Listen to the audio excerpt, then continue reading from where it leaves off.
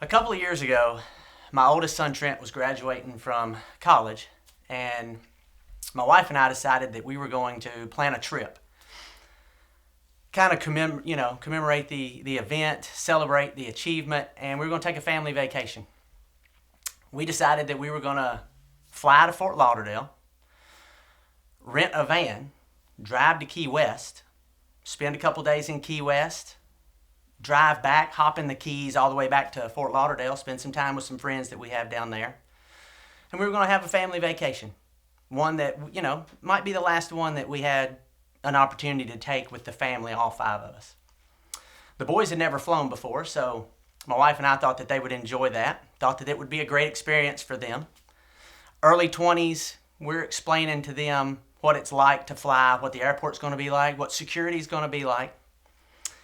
And the day of the departure arrives.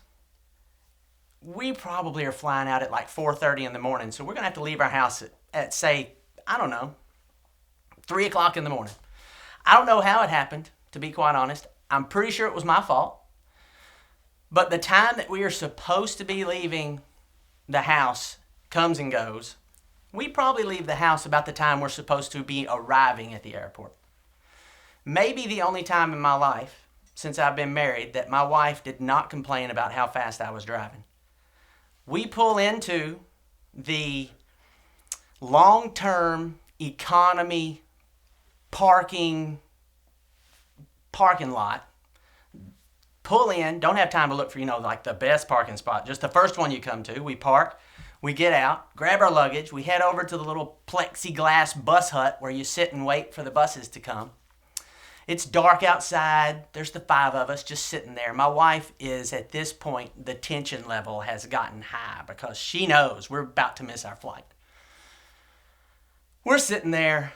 If you didn't know that this outpost was anywhere near the airport, you would have no idea there was an airport because you can't see it. We're miles from the airport. We're sitting there. All you see are these little buses moving around. None of them coming close to us. You can just see them moving out there in the distance. And they'll tease you. They'll come that direction and they'll turn off and go away. So we're sitting there, it seems like, for hours. Some strange man walks up and joins our little group. We're sitting there and one of my boys says, this reminds me of SpongeBob when he was waiting for the bus. I know you guys have seen it. Where he's waiting for the bus and he keeps missing them. Well, he goes to the little window to ask about a ticket, and he goes up and the guy doesn't understand his accent, and so he starts talking like that guy, and he starts going, I need a ticket to Bikini Bottom. Next bus to Bikini Bottom. My boys start talking to each other like this. Now, in our family, when tensions are real high like this and mom's a little stressed, it's better not to talk at all. But it's really better not to start talking like SpongeBob, because it was funny. I start laughing. The boys are laughing. We're all sitting around giggling, except for Tanya and this man who has arrived to join our little group. They're not having it. They don't think it's funny at all. I'm pretty sure he must have been late for his flight too, because he was not enjoying this. So the bus pulls up. We get on. We ride what was miles on this bus to get to the airport. You pull up at the airport, and there's that drop-off thing where there's like American Airlines and Southwest is all the way down at the far end where they're dropping you off. And usually the guy driving the bus says, what airline are you flying? And he takes you and drops you at that one. This guy turns and looks at all of us, and he says, the airport's really busy this morning. Probably best if all y'all get off right here. That is apparently some sort of code, airline code, I guess, for every man for himself. Didn't know that.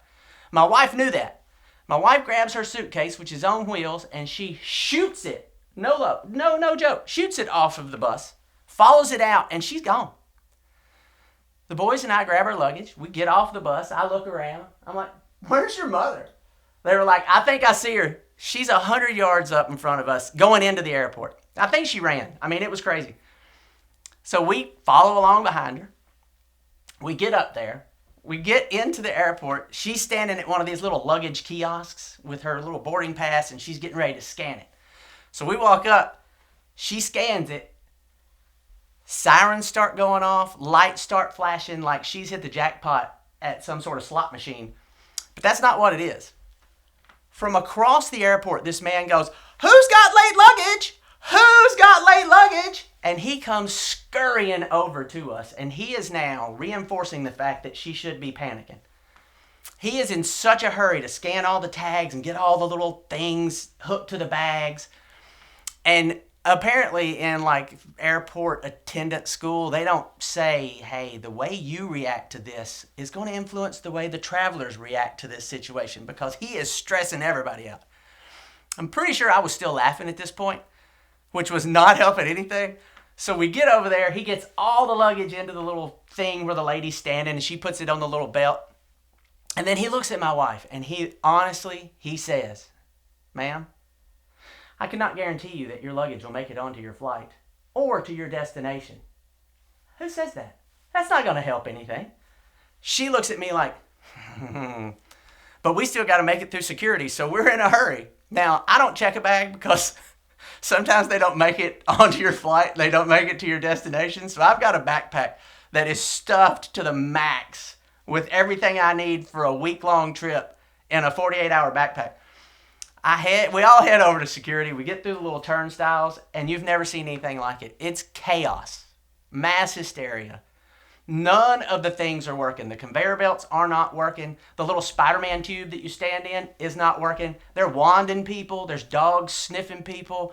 Nobody's taking off their shoes. Nobody's taking off their belt. They're not taking the laptops out of backpacks. All the stuff we prepped the boys for, none of that's happening. It's just tension is high. So we get in line. We get everything up there. I've got my backpack up on the conveyor belt, and everybody's pushing everything. The guy grabs it and pushes it into the x-ray machine. It barely fits into the x-ray machine. I go around to the other side, waiting for it to come out. He reaches in, he pulls it out. He doesn't pull it all the way out. He pulls it out, and it's just kind of sitting on the edge. I could almost touch it. I could almost reach it, but I was on the other side of this little counter. So I said, "Hey, man, could you hand me that backpack? I got to catch a flight." Like, why else would I be there? And he just ignores me, walks off. A woman walks by, and I said, "Ma'am, could you hand me that backpack right there?" She goes, "Sir, you're going to have to wait for that lady right over there." And I was like, that was rude. So a couple minutes later, this very mature woman walks over, says, "Sir, is that your backpack?" I said, "Yes, ma'am, it is." She says, "Step over here." So I was like, okay.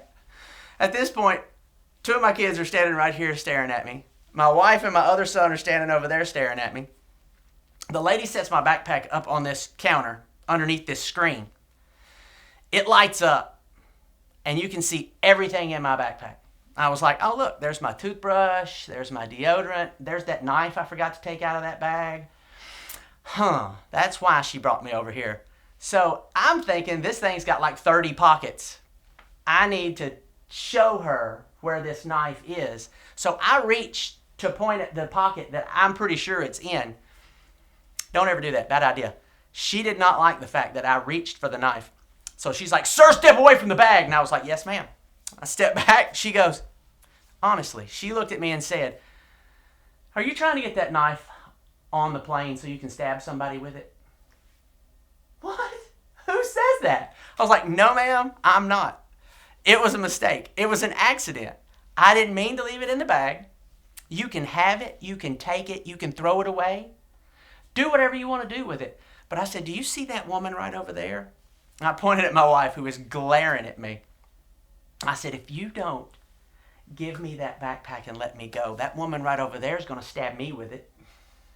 And she says, she looks at me.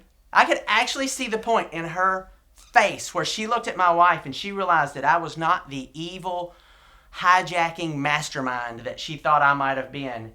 And she realized that I was probably in more danger from her than I would be to anybody on the airplane. And she looked at me and she just took the knife and handed me my backpack and said, "Have a good flight, sir." I was like, okay. So we get to the terminal, and they're actually boarding as we walk up, but we made it. We got to the flight on time. Now, I tell you this story because that vacation did not start off under ideal circumstances. Just like this year, probably for a lot of you, has not started off under ideal circumstances. If you're in Nashville, there's been a tornado. You probably had some issues with maybe some loss of property or job or home. Then you follow that up with a pandemic, followed with quarantine. Now we've got social issues, we've got racial issues, sprinkle in a presidential election coming on just to keep tension levels good and high. There's a lot going on right now that are not the ideal circumstances. But if God has shown us anything, there's a lot of stories in the Bible. You can look at stories like Joseph, who started off his story in a pit, being sold into slavery by his family. Moses was in a basket floating down a river because people were trying to kill him. Paul, the Apostle Paul, who at this time was Saul, he was persecuting Christians. He was just a bad person. Even Jesus. Jesus was born in a stable, a barn, surrounded by animals because people didn't have room for him. But God has shown that he can take those less than ideal circumstances that begin a story and turn them into amazing things. So I tell you that to tell you that our story, our vacation story, turned into a great story. My wife and I and our boys had the greatest vacation I think we've ever had. We left with kids, but we came home with friends because that was a tremendous vacation where we treated each other like adults and just had a great time. I think that God can take this year, and even though it started this way, he can turn it around and he can turn it into something great that you can look back on and say, it didn't start off in the best way, but it sure did finish well. And I pray that that is what happens. Have a blessed week.